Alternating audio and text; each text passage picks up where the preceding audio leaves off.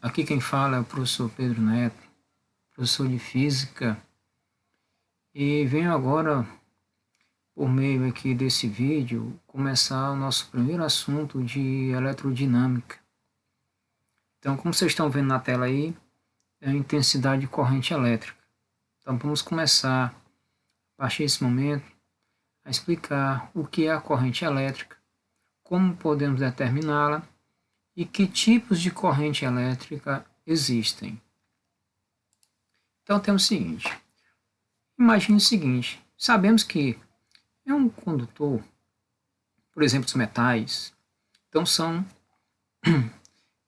cheios de elétrons. Esses elétrons, se vocês observarem aqui na figura, eles estão de formas desordenados. Então o sentido de um não é igual ao do outro. Então esses elétrons são chamados elétrons livres. Esses elétrons livres, então, eles se deslocam ao longo desse condutor. O que vai acontecer? Quando esses elétrons, que a gente está mostrando na figura aqui, eles apresentam uma orientação, uma sequência, uma fila de elétrons, isso vai nos caracterizar a intensidade de corrente elétrica, ou seja, o valor da corrente. Então, a corrente elétrica é nada mais que o movimento ordenado, no caso aqui, os elétrons. E esse movimento, então, vai gerar a chamada corrente elétrica. Isso aqui para os materiais sólidos, né? São movimentos de elétrons. Se fosse nas soluções eletrolíticas, vamos ter um movimento de íons. Então, mas para que haja esse movimento ordenado dos elétrons, deve existir entre os terminais, aqui um exemplo aqui, essa lâmpada, tem uns terminais aqui, ó, chegando. Então a pilha, então quer dizer, uma pilha, uma bateria, sempre vamos ter um polo positivo e um polo negativo. Quer dizer, nós temos um potencial aqui no ponto A e um potencial no ponto B. Então, para que haja esse movimento ordenado dos elétrons, deve existir então uma diferença de potencial. O que quer dizer isso? O valor do potencial no ponto A menos o valor do potencial no ponto B. Essa diferença é chamada de DDP, que é chamado de diferença de potencial, ou mais conhecido como tensão. Eu vou ter aqui a figura ilustrando aqui, ó. Quando ligou nos terminais de uma bateria, os elétrons ficam. Observe o seguinte, esse movimento ordenado gerou corrente elétrica e a lâmpada acendeu. E um detalhe, o sentido dos elétrons é contrário ao do campo elétrico, que foi visto nas aulas anteriores. O que era o campo elétrico?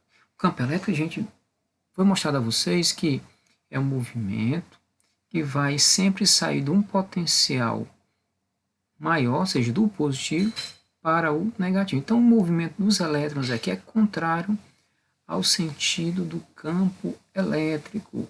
Então, quer dizer que quando esse movimento ordenado dos elétrons acontece, cria-se, então, no interior do condutor, um campo elétrico. Bom, para determinarmos essa corrente elétrica, então nós temos aqui o cálculo para se determinar. E como é que vamos fazer? Ora, se em um condutor, em uma certa área aqui, há um fluxo, um movimento de elétrons, esse movimento de elétrons vai percorrer por um certo intervalo de tempo. Esse I aqui significa a intensidade de corrente elétrica. Então, para determinarmos o que vamos ter, que I, que é a corrente, vai ser igual à quantidade de carga elétrica, vista lá no assunto sobre carga elétrica, pelo intervalo de tempo. Então, se eu tiver carga por tempo, eu vou ter, então, a corrente elétrica. Lembrando a vocês que no Sistema Internacional de Medidas, a carga elétrica que foi vista anteriormente é dada em Coulomb e o tempo é dado em segundos. E, então, Coulomb por segundo, nós temos a unidade de corrente elétrica chamada de ampere. Então, ampere, porque é em homenagem ao físico aqui francês, André-Marie Ampère, que 1 ampere é igual a 1 coulomb por segundo. E nós vamos ter aqui submúltiplos da corrente elétrica o miliampere, esse Mzinho e o A maiúsculo miliampere, que ele corresponde 10 elevado a menos 3 ampere. Temos o microampere, então aqui o microzinho, aqui a unidade do A, então microampere, que equivale a 10 elevado a menos 6 ampere. Nanoampere, então esse Nzinho com A maiúsculo, nós vamos ter 10 elevado a menos 9 ampere. Então esses são os principais, né? Submúltiplos da corrente elétrica. Sentido da corrente. A corrente elétrica tem dois tipos de sentido. O sentido real, que é o movimento dos elétrons, seja as cargas negativas, quer dizer, sai do negativo em direção ao positivo.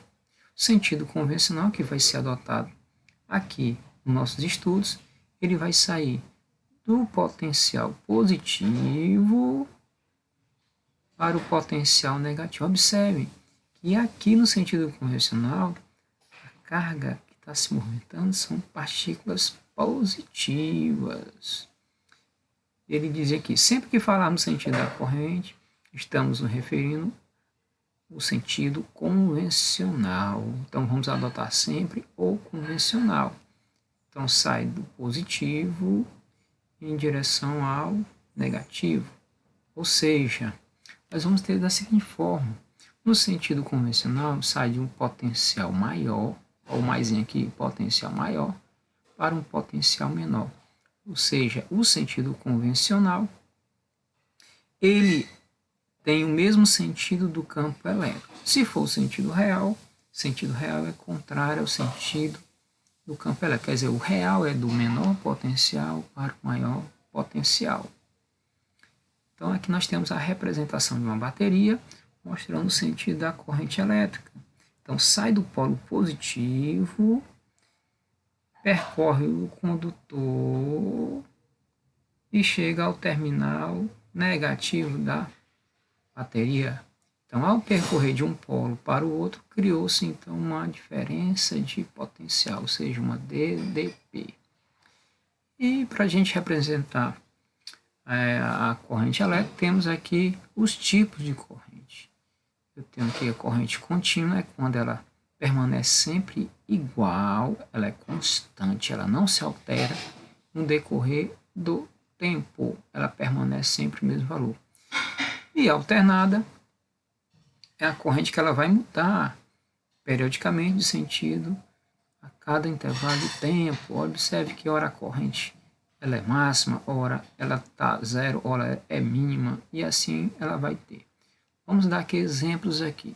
Na corrente contínua, o exemplo que nós temos são as baterias, as pilhas. Exemplos, então lá a corrente ela sempre é a mesma. Já a corrente alternada, o exemplo nós temos é a energia elétrica de nossa residência.